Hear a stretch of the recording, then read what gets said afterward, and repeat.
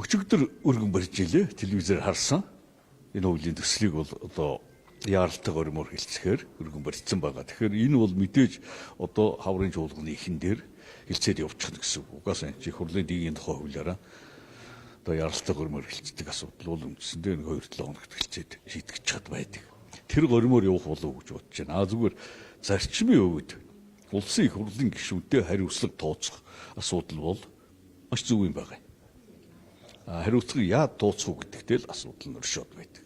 Үнэхээр их хурлын гишүүн ёс зүйн хувьд ностой зөрчил гаргасан бол эсвэл гинт хэрэг толбогдсон шүүхээр эцэлсэн тогтоох тохиолдолд бас улсын их хурлын гишүүнийг эргүүлэн татах нь бол зүгээсний асуудал гэж би ойлгож байгаа.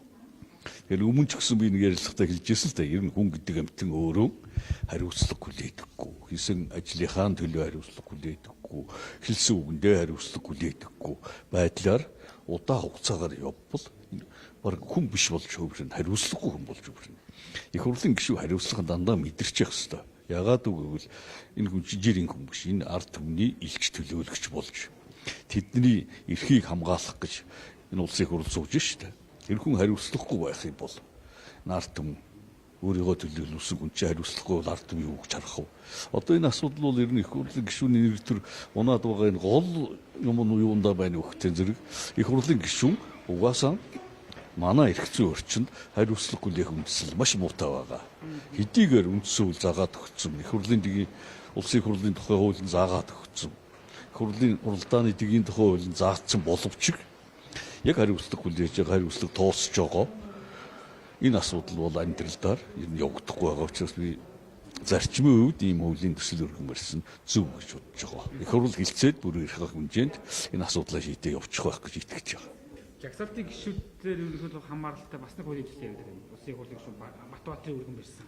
Энэ юу вэ гэхээр жагсаалтын гишүүн намын бодлого зөрсөн тохиолдолд бас солидог, дараагийн үнийг нь тавьдаг гэдэг ийм агуулга явуулж байгаа шүү дээ. Энд дээр тав. Тэгэхээр энэ жагсаалтын гишүүнийг эргүүлэн татах тухай Батбаатар гишүүний хуулийн төслийг бол сонссон.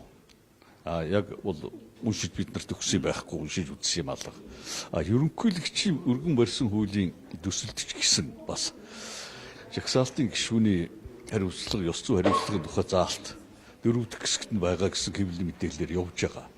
Зүгээр жагсаалтын гишүүнийг нам нь эргүүлэн татна гэдэг бол тийм онцлог шийдэл биш. Ягаад гэвэл энэ улсын их хурлын 126 гишүүн бол бүгд адилхан тэгш хэрэгтэй байх ёстой шүү дээ.